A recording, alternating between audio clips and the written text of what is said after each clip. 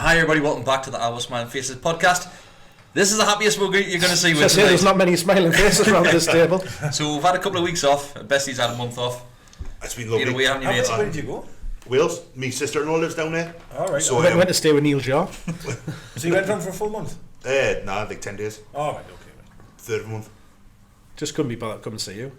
That's fine. I've been out with him every night. Happy days, mate. In Wales. I feel sorry for you, Besty. So yeah, Besty and Neil Jar. The run up to Christmas, we're having a wheel of a time on this podcast, weren't we? Living the dream, winning games. I predicted it that we'll lose all three. I did say that the last one I was on, and I was right. No one likes someone that's going to gloat about this, Deka. It's not the right thing to gloat about. It's obvious. It's not the right thing to gloat about. Let's be honest. So the last three games, I don't want to focus too much on them because I don't think anyone wants to hear us talk about the last three. Right, so thanks for tuning in. We'll see you next week. So we'll focus on the cup game, which has just gone by. Before we start with that, thanks to Guillermo Clothing and GEORDIE Gifts for sponsoring the podcast. Once again, there are links in the description for their websites and discount codes too. Hurrah. So let's get on to the painful bit. Can we not start with a good bit first? No. What good bit? Right, the first half? No. So, Rochdale, Newcastle. So we're only going to look at 45 minutes of a 90-minute game. Mate, I think we're all going to have a bit of a disagreement on this one, though. But we'll start with the game. Obviously, we've got injuries left, right and centre. We all knew that going into the game. A lot of people are expecting kids to be getting played in this one. A lot of youngsters coming through. Well, I don't know why. I think it's probably because of the injuries. Did you expect that team, like? I didn't expect it to be as strong on paper as it was, but Bruce had came out during that week and said that he was going to play the strongest team he had available to him. I've heard that for the last 20 years. Which, yeah, fair point, but I guess if he's... It's an excuse to get out of playing senior players, isn't it, when you've got injuries and you're in that first round of the cup, or third round for us. I was shocked to see Dubravka in there. I thought he would be rested, to be fair. Stunned to see Almiron in there. Absolutely stunned, considering you've got more injuries than fucking the hospital up the road. Like, what's going on? And then you're playing him. I was shocked, I was surprised. Yeah, Matties of the world, Eddie Kraft there, I understand. Hayden in the back there, I understand. I understood most of them.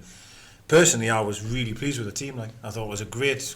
I was pleased Muto got another chance because poor lad didn't have much of a chance the game before, if you like. Be banging on about giving him a chance for 18 months, haven't we? I was pleased he played Joe, to be honest, as well, because I thought, I know we'll get into him. I was hoping he played him so he might get a goal and get confidence. So I was happy he was on. Pleasantly surprised, actually, to be honest. Yeah, no, I'm probably with you there. Like, the only surprise was so Richie was on the bench. Formation for me.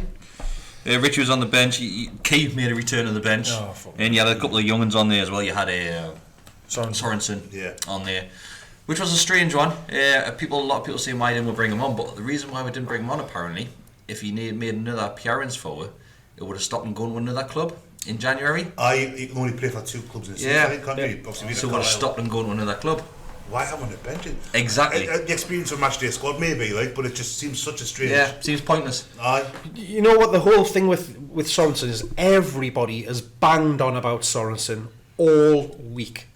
Like in the lead up to that game, on the day of the game, after the game, ever since. What is he going to give you? And I know you might say, well, he's not going to do more than the other, but he couldn't get a game for Carlisle United, man. He wasn't even making the bench. He wasn't making the first team for Carlisle United. Didn't he miss an open goal in pre-season? I remember. Yeah, West Ham it was, I think. Yeah. Yes, he's a local lad. He's coming through the youth academy. We've all got that. Well, he's like, it sounds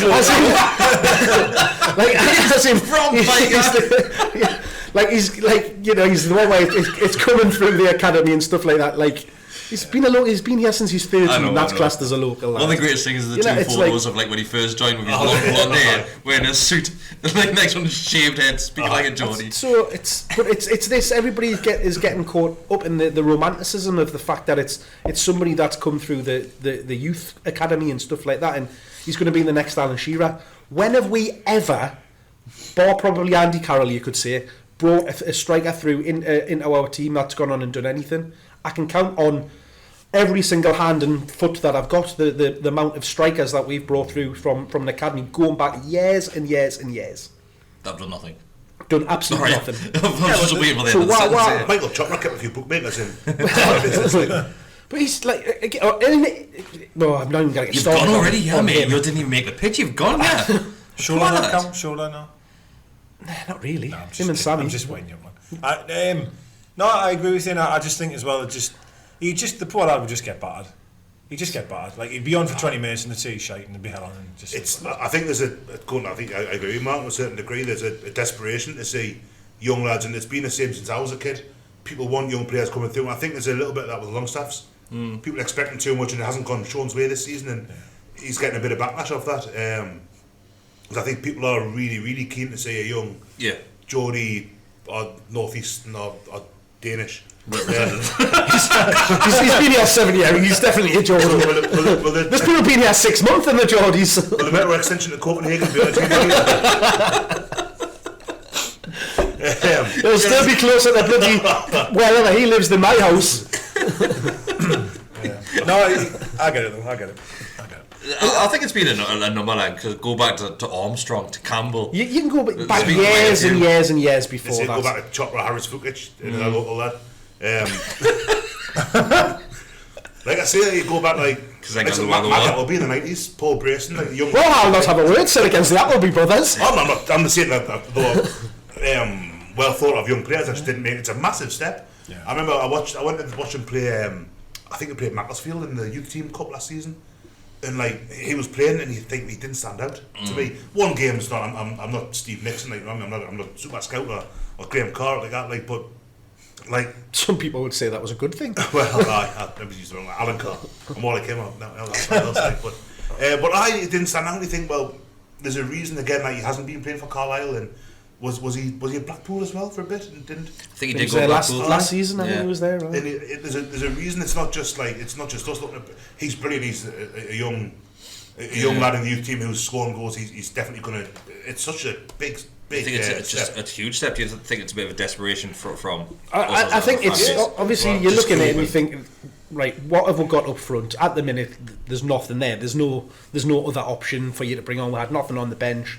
Gale wasn't there. He's there as the only striker that you can name on the bench to go in there, isn't it? We do it a lot though, where like if it's not working for someone, it's like, oh well, you know. Someone said the other week where if someone's not playing, they're a better player when they're not playing. Gale is a prime example. Yes, everyone's been banging on, why must start Gale? He's fucking terrible. That's why we don't play him. Like, you know what I mean? And then you've got Sorensen on the bench. Oh well, let's give him a go. He can't be any worse than him up front. Like it just. And then if Sorensen was shit, well, there must be someone else we've got there that can play. And then it just this forever circle of Gale. Whoever's not playing, it'll be better. That chance at Old Trafford early on. Horrendous, man. Like I was there and I was sober.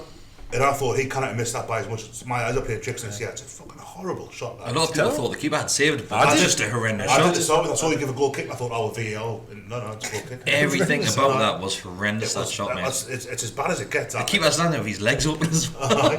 Well, I thought oh no, sorry, we're going the wrong game now. But that's alright. De Gea actually committed himself to dive. I did, yeah. So he actually had more of the goal to hit and still managed to put it over. But that's Gale, who was a very, very good championship striker, who couldn't do it. And now we're talking about someone who can't get a game in League 2 to come in.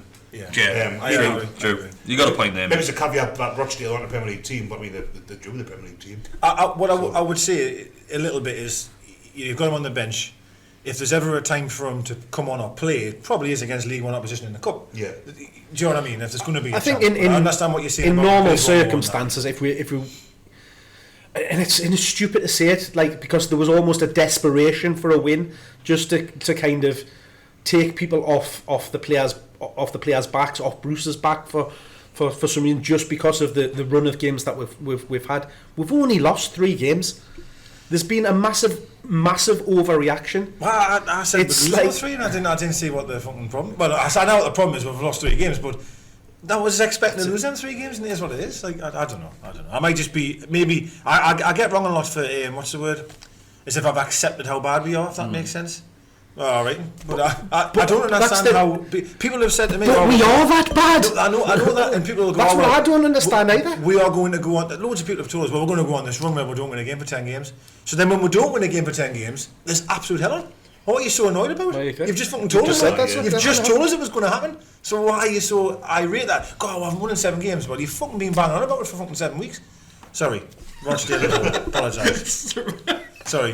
We're getting very angry and animated already. We've gone early here. We've peaked. I think there's a fair few questions about current form and things like that for the question and answer. So we'll save that one till there. So first off, incredible Barcelona. So without being able to finish, that was the best I have ever seen us play football. It was composed against a League One team. You've got to get that caveat in. I'll get that in before I get shot. So it was composed. It was a professional performance in the first 45. Brilliant. We took the lead. Great goal. Great team goal. Atsu was tearing people. Newcastle was down the left hand side. I thought it was Maradona. Almiron had a fantastic first half. Yedlin was just in his correct position. Yedlin, how much space did he have? But just wish he could cross the ball, mate. Well, we'll get that one now. But the just getting frustrated. You go up and get on. I just get annoyed. Take a breath. So, right. I thought Kraft was brilliant at the back. Defending wise, but in terms of just being calm on the ball, try this. He looks twice the player as a right centre back than he does a right back or wing back. But again, though, and I have buried him right early doors. But it can take time, right? Oh, any young lad. The two games he's been getting, I know you said a bad word. The 2 games that he's been getting wrong for, well, the whole team was terrible. I believe in them games.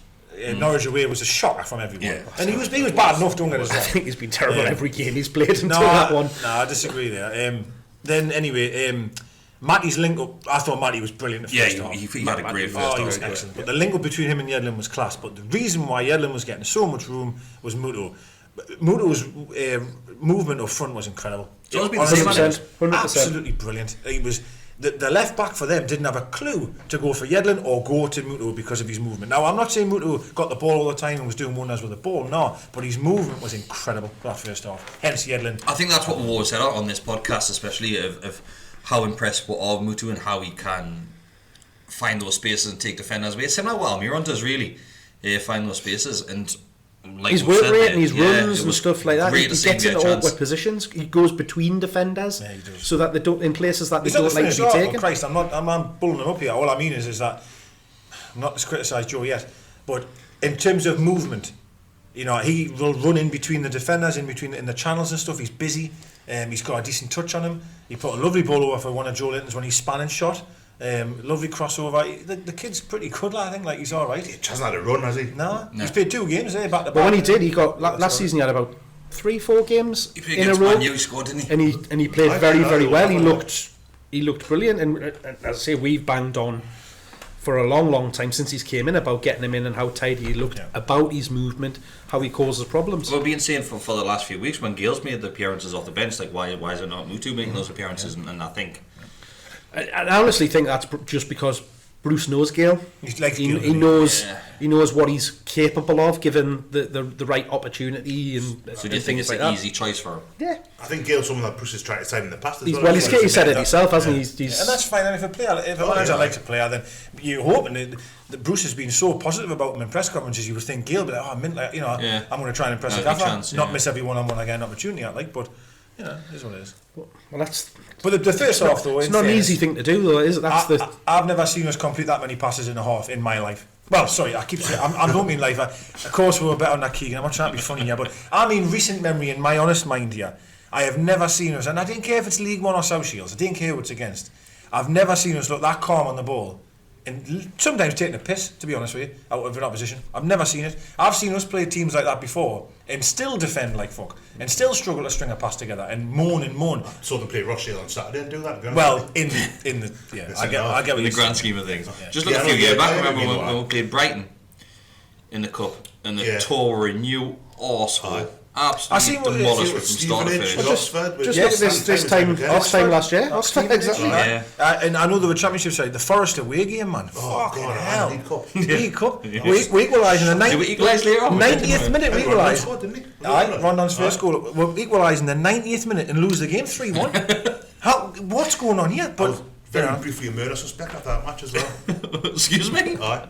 What? I went to the long ship. I live in Jarrah, I live between Jarrah and Heaven more or less. And me mate Kieran and me mate McCullough, we'll have a few beers left. I live that way, Kieran lives that way, McCullough lives that way. So me and Kieran got home and all that. I got a phone call, McCullough's last at 4 in the morning, they seen Phil. I have no idea where he is. And just rang his phone's not ringing. The pub doesn't know where he's been, no one knows where he's been. And so I was up at 6 o'clock in the morning looking for like a pair of legs sticking out of a bush. I give 2 statements to the police, and it wasn't a murder inquiry, but briefly I thought, I'm the last person. I'm a suspect. I'm a murder suspect. He turned up, he fell over next door's back garden and bumped his head and knocked his head out, like. But he's what a guy. When I went in the morning, I thought, shit. I couldn't be bothered here. Like, shall I go to work? I'm trying to get my story corroborated. Trying to get some alibis in place. This week in 24 hours in police custody. Well, he went for a pint to watch the match with him. I always have fun memories of that Norwich game, that Forest game.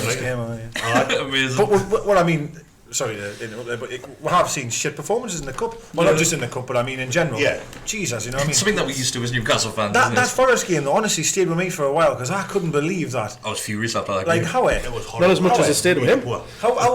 How can you equalise in the 90th minute and lose 3-1? Unbelievable. But something like 93rd and 96th. Yeah, That's what the score. Darren Murphy scored as well, didn't he? I think he did, yeah. Anyway, but yeah, so off his face as well at the time. In regards to the first half, I was shocked at how we played. I was shocked at how we're set up as a team and actually tried to play football. We looked organised, didn't we? That first half, we did look organised. The thing we couldn't do was finish. Yeah. It should have been about 8-0. Yeah, it should have. But we'll get on. The best chance in the world for him. I'm sorry, we'll get to it now. Sorry, So I'll go straight to Joel on. Well, how So he does well to get wig. He does really well. And you know what it is? The first half, he didn't play badly. I don't think he does play badly for the most part. I think right at this moment in time, Joe Linnon's got a massive spotlight shining on him.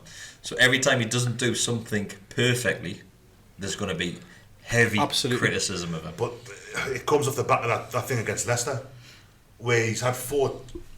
The ball's come over his shoulder. He's had 2 times trying to control it, where he's missed the ball. Yeah, he's bounced off him. He's had a shot and he's tried to head it back. And I watched it. I was at the game. I was on holiday still. And that header, I think, it's a really nice run. He's unlucky there. He's trying to lay it off for somebody. And having watched it again, like when I thought, how.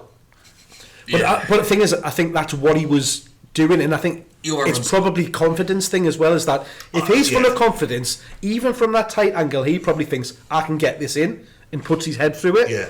But he's in that mindset at the moment where things aren't going well for him. He's getting stick left, right, and centre. He's thinking I probably can't get it in from here, rather than I probably can. Yeah. So he's trying to hit it back. And he's then caught in that halfway between the two. I just don't think he knew where he was. Couldn't possibly be trying to score.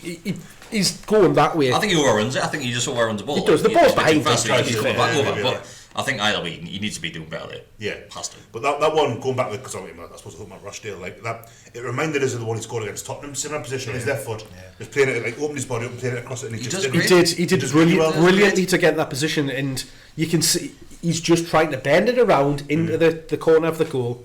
It looked awful, didn't it? And just somehow it's so flat-footed as well. It just looked it's a goal. It's a goal. It's a goal. He's done everything right except the keeper's gone the wrong way, so he's just roll it in the bottom corner. Then lovely. And then you can see from that minute, he's gone. Yeah, that's where it turns. Well, to be fair, he had another one which I think I've just touched on. Snapshot there. Yedlin did well. Give it to Muto, and Muto like flashes it across goal. He takes a good first. His second, the shot itself is quite poor actually. The keeper makes a good save, you know what I mean? He works the keeper that time. But sorry, the first half, I mean, Almiron's goal was great. I mean, Atu does brilliantly well. He was tearing them apart the first half.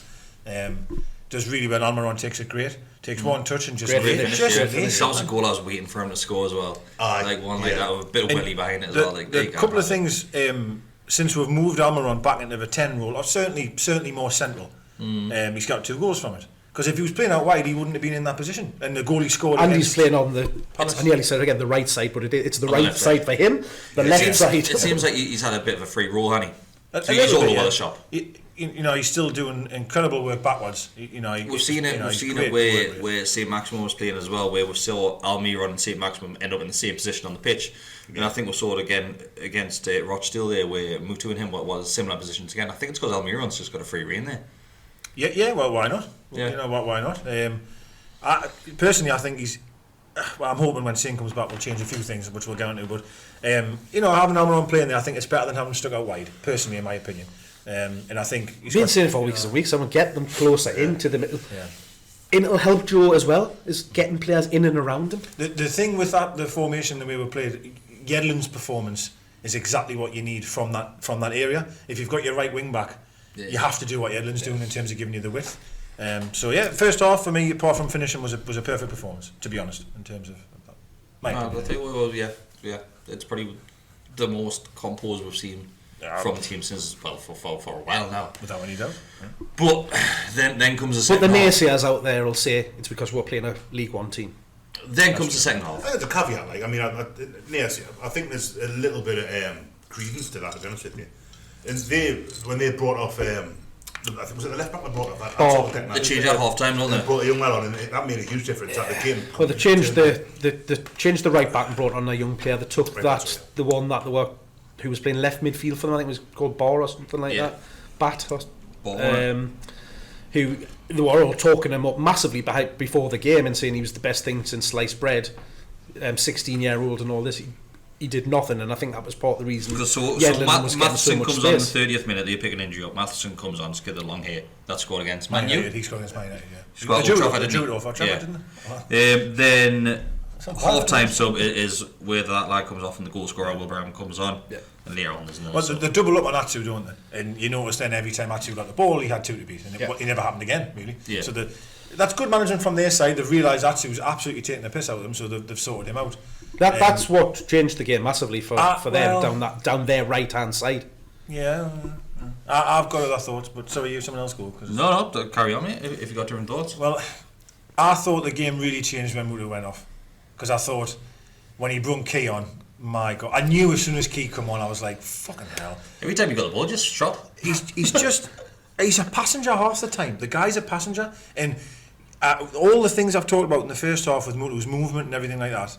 He obviously he comes off because he's injured. I understand that. What the fuck happened when he broke?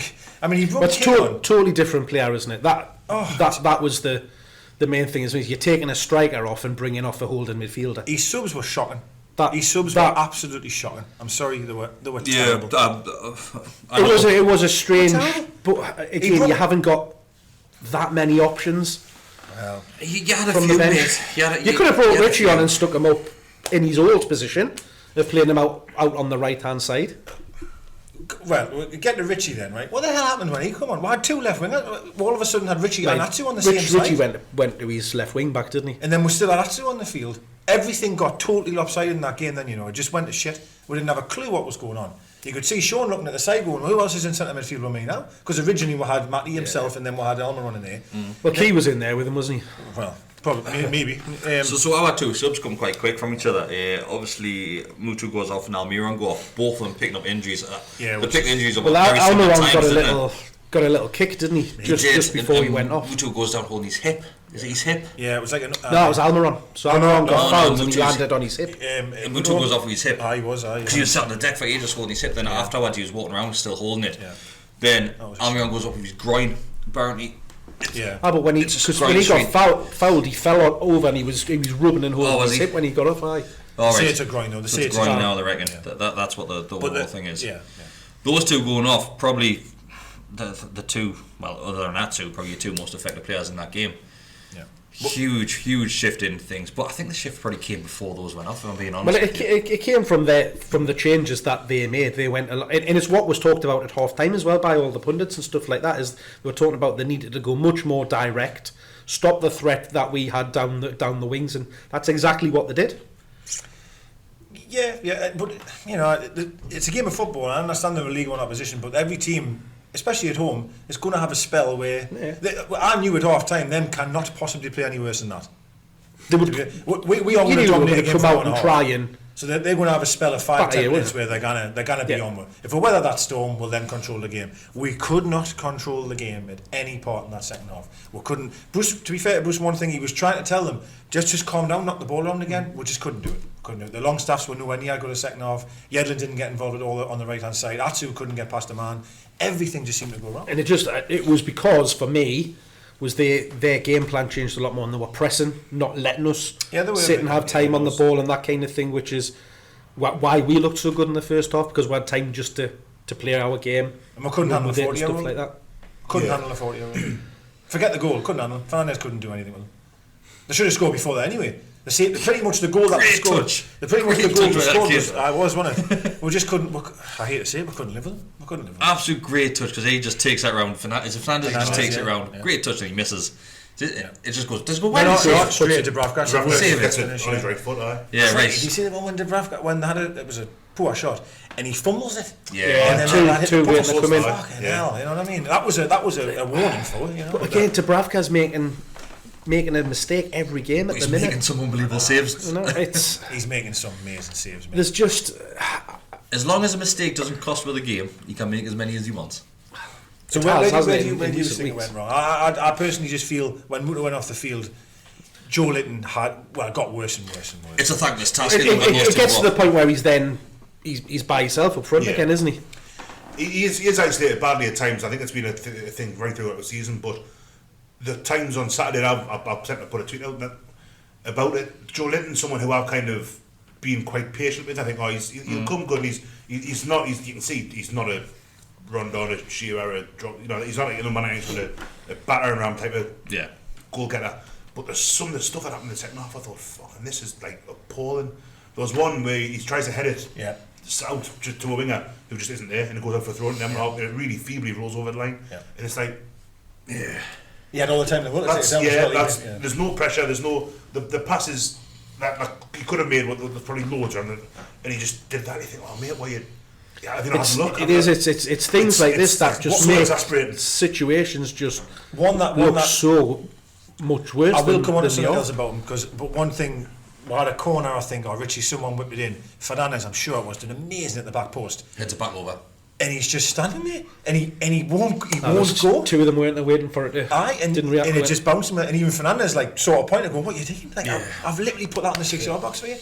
And the one thing that I have to say is that the fans on Saturday, I wasn't happy with the way that they were going on. That's not right. That's awful. To be fair. And yet again, you know. Did Robbie Savage thing that? I know. I touched on that. I was going to touch on that as well, though. They're giving Robbie Savage loads of shit, and it's hilarious. I never heard a Mike Ashley song once. No, that's what 90 minutes of football, the loudest ground possibly to be loud. I never hear one call for fucking Mike Ashley's an arsehole on it. That's what that Mike Ashley Twitter account said that. Did they? Exactly that point. I'm not on Twitter anymore. I don't follow it, but I saw it retweeted in, and someone said out the whole game, all the noise on me, you could hear every word. There wasn't one. Not one. One thing said about Mike Ashley. What's going on? I beggars belief to me that I can't believe it. I can't believe it. I'm sorry, I just can't. So much of a surprise. I've never heard anything all season. Well, maybe not, but I don't know. You're on Joe Linton's case for 45 minutes, big time.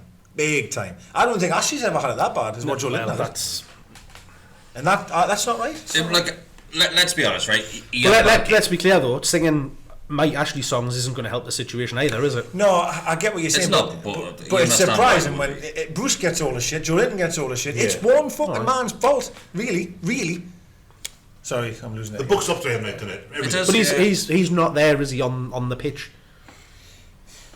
It's an easy target. It's easy target taking out frustrations on Joe Linton. I believe it or not, a huge argument with my lass about this. She was going off it, and I was surprised because she didn't like football. She went, you're meant to be a supporter, man. You're meant to be a supporter. I says, I understand what you're saying. She went, but so why don't you support them? You sat there defending them the other week. No, listen.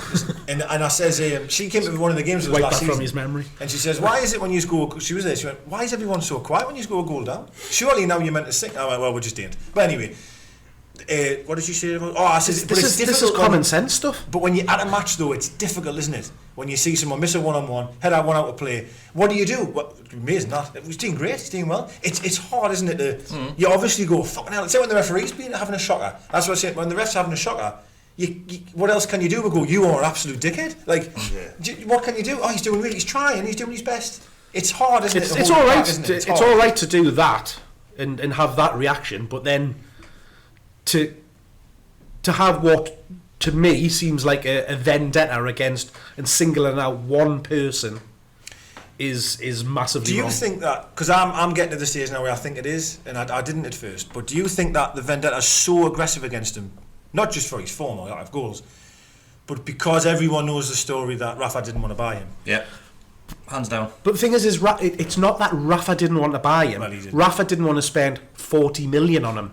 Rafa wanted to spend 20 million on him. Yeah, but he didn't want him. He didn't really want him. But if Rafa had still been here and he came in and was playing, would there be this reaction? Well, that's the point I'm trying to make, really. You know what I mean? Rafa 100% wanted him. He'd identified that he'd want him. He didn't want to spend 40 million because he didn't think he was worth that much.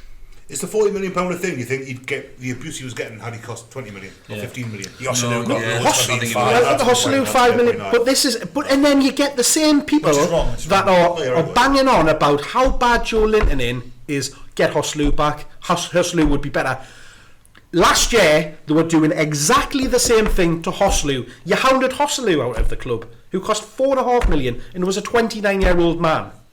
They did were bad with him, like. So it's absolute bullshit. In my opinion, I think kind of whoever's up front is going to struggle for goals. We don't seem to accept that at the moment. But what I would say with the Joe Linton thing is what Besty said, is that sometimes when you're not even seeing the basics done right, then it's hard to like. I'm not even judging him on goals, actually. I think that's the problem. I think you've hit the nail on the head there. I think the problem is effort and work rate and being in the box. He spends a lot of time outside of the box. But that's his game. But it can't be if he's up top. Like, but that's the problem. He shouldn't be being played as a number 9 that's where because he is. He's not one. In that game, he was. But that's not his fault. But he's the only choice that we had. So that's not his fault. But it's his fault he's not in the box if he's played in that position. If you put me on the pitch, I know I'm going to be standing in the box. That's because you can't run around. Exactly. But he needs to realise that it might not be his position, it might not be his normal game, but you've got to come in and do a job where you're told to do. So you need to be on the end of those balls.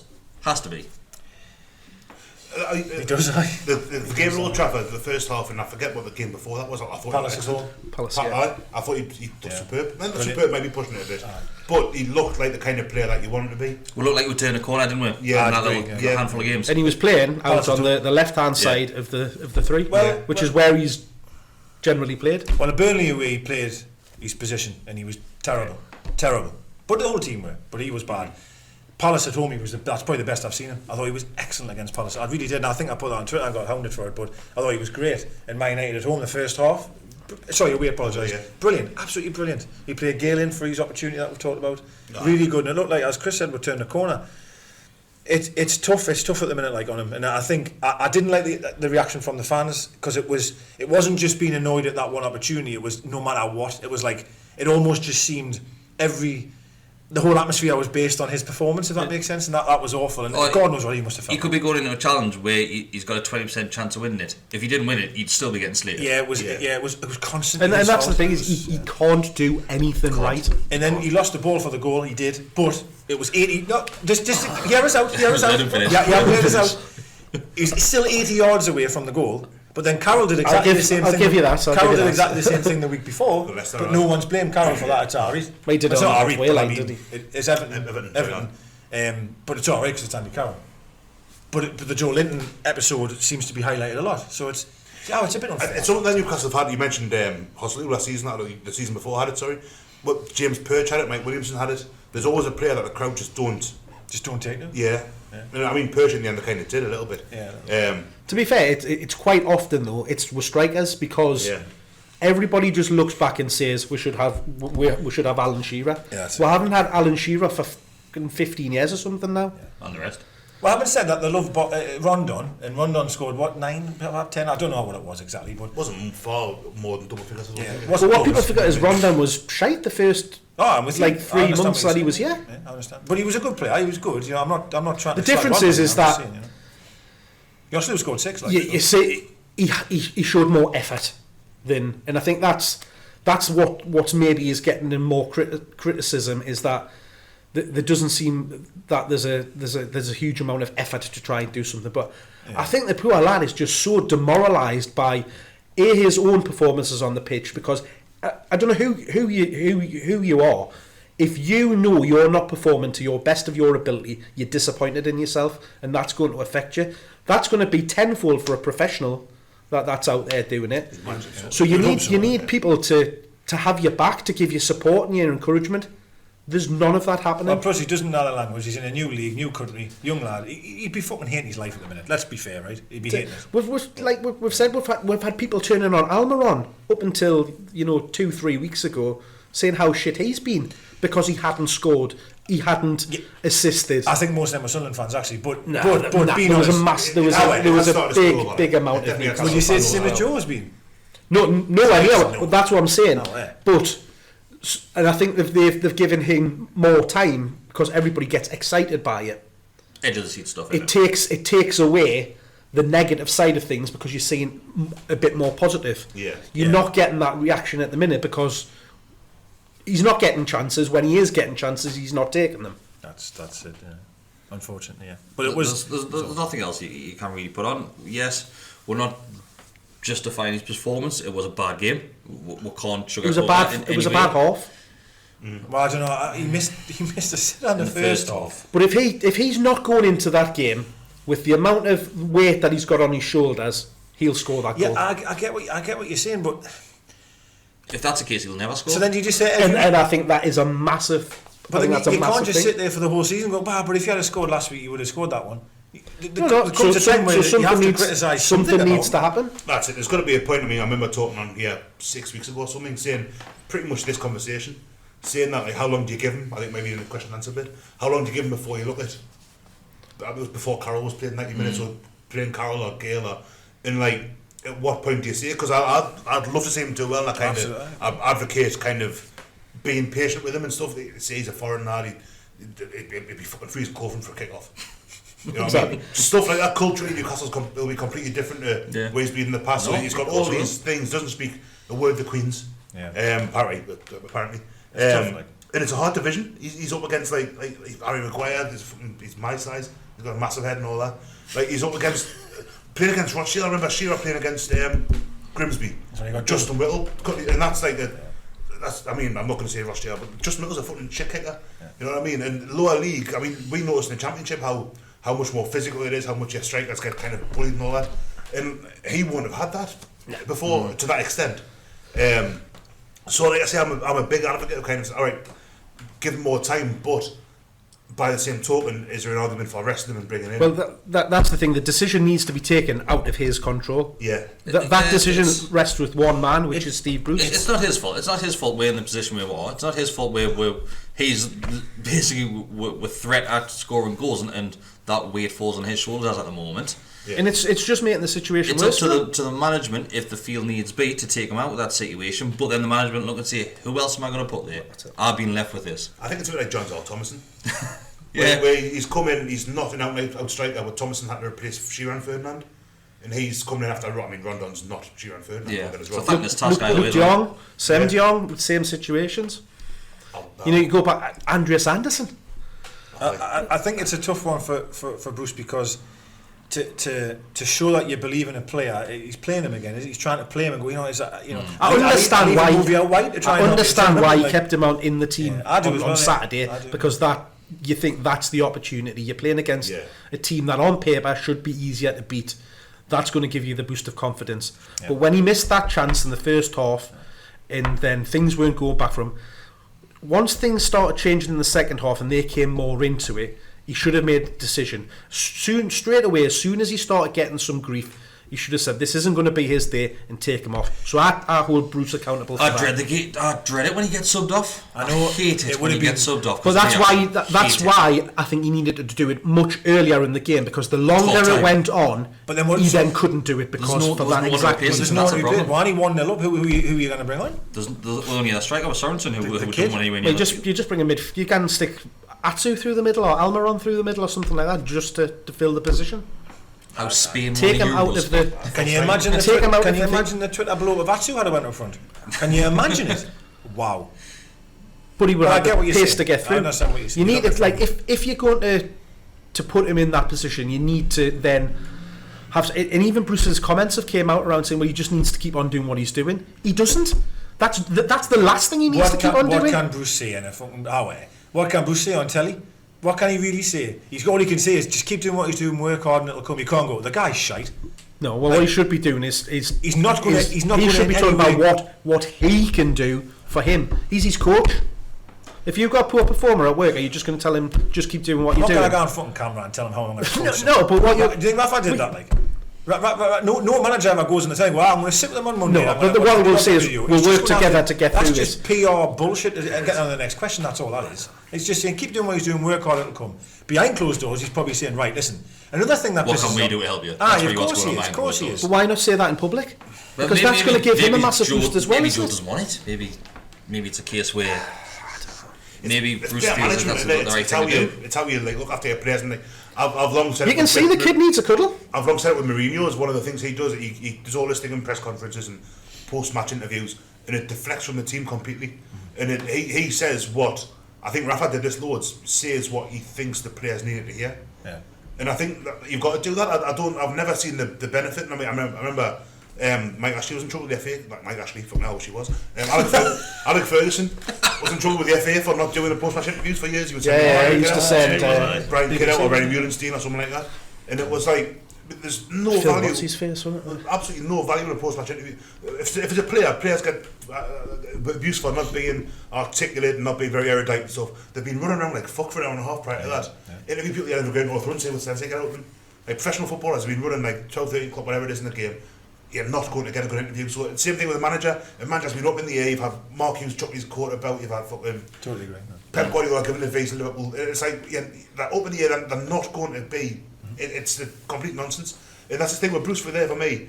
Like you don't need to interview him then, and you're not going to get for me. Steve Bruce telling the press, I think Joe Linton needs to do this. He needs to do this. We'll try him there. Just answer the question. Get the fuck out of the dodge, like. Yeah. That's what I think as well, yeah. And going back, sorry, don't change it. The player situation, like player doesn't have to fucking. It shouldn't just because he can't speak properly. He's paid to play football. He's not paid to fucking stand in front of a camera. I hate that attitude as well. Yeah, he's an ass, but he's got loads of shit for saying M all the time. Who gives a fuck? He scored 200 goals or something. He can say M every sentence if he wants. Didn't care. Sorry. Next question. There isn't a question. We're not doing another question. So feels like we've been that long. I apologise, sorry. Well then, obviously the goal, there you go, I haven't even talked about it. Have we talked about it? Yeah, we'll touch on it. I think you try to start blaming Joe Linton. I think... No, he did lose the ball though, and I'm just saying that the likenesses of what the Carroll situation, Carroll got no shit and Joe Linton gets it all. I think what we'll do, we'll leave this recording at this one, because I feel... I do think we need to pick apart their goal, because Matt Ritchie looked like he was running in treacle. Well, he's coming back from injury. Atsu, that's fair enough. Atsu half-horsed, jogged behind him. Was it a goal when Atsu lost it about 20 yards out and he's kind of waved a foot at it, and or was that another chance? No, it was another chance. It comes across to the right-hand side, and it's their right back who he was like a whippet. He flew down, but the thing is he went unchallenged all the way down to the edge of our box, which is then when he gets then dragged inside.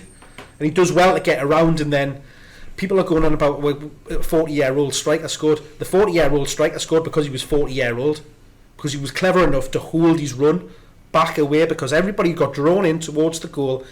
Maybe he was just a bit too slow because he was 40-year-old and he just meandered into the box. But been around the house as well. The ball just fell nicely to him, and again he really miskicks that ball as well and puts it in, but it's a good finish. You can see what's happening, couldn't you? Yeah. Like father, like son. He pulls it from behind him, kind of thing. But I tried to Tammy Wilbraham. Yeah, I know. Went straight over his head there, didn't it, mate? I missed the first game. It was a good move, but it was from their point of view. It was a good goal. But that was such a typical Newcastle away to a lower league club cup performance. You thought we were going to go and lose after that, didn't you? Second half. I'm used to seeing that for 90 minutes, but the second half, was absolutely. I can't remember that time I was confident watching Newcastle go away. There was one where Sammy scored it earlier in the cup, Macclesfield or something like that. Where you think Fleetwood it might have been when they won League Two, and even that was shit.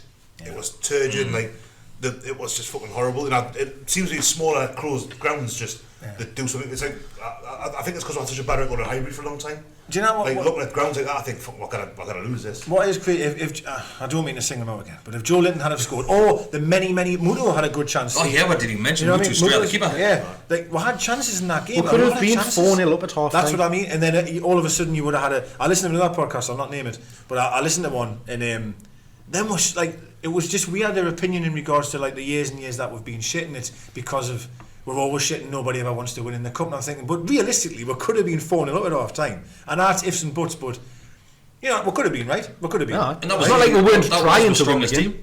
But it was the cup thing's weird, wasn't it? Like how bad we've been in the cup. I mean, it's crazy. It's absolutely crazy. We've got the quarters of the League Cup and when we're in the Championship, got to be up Holland penalties. I played pretty well that day as well. Do you know, I've had this opinion before and I don't get it, right? Everyone always says Mike Ashley doesn't care about the Cups. He does not, right? We're going to agree on that. Why does Isaac Hayden care what Ashley thinks? Or why does Lascelles, or why does anyone care Like, I wouldn't, if I was a footballer from Newcastle, I wouldn't put my shirt and go, no point in trying the day. But you know what it is? Actually doesn't want to win. Badges on every cup. From a football club point of view, they don't. You've just got to look at Liverpool yesterday to show that. As a player, you want to fucking be in the FA Cup final at Wembley. They want to know once they get to the quarter-finals, the semi-finals. They're not interested in playing in the third round of the FA Cup. Well, they're fucking arseholes then, to be honest with you. On that note, let's finish this one, right? It's the devaluation of the cup these days. Thanks for listening, thanks for watching, everybody. And we'll see you on the question answer, and it's not even going to be as happy as this one. I'm going to be positive.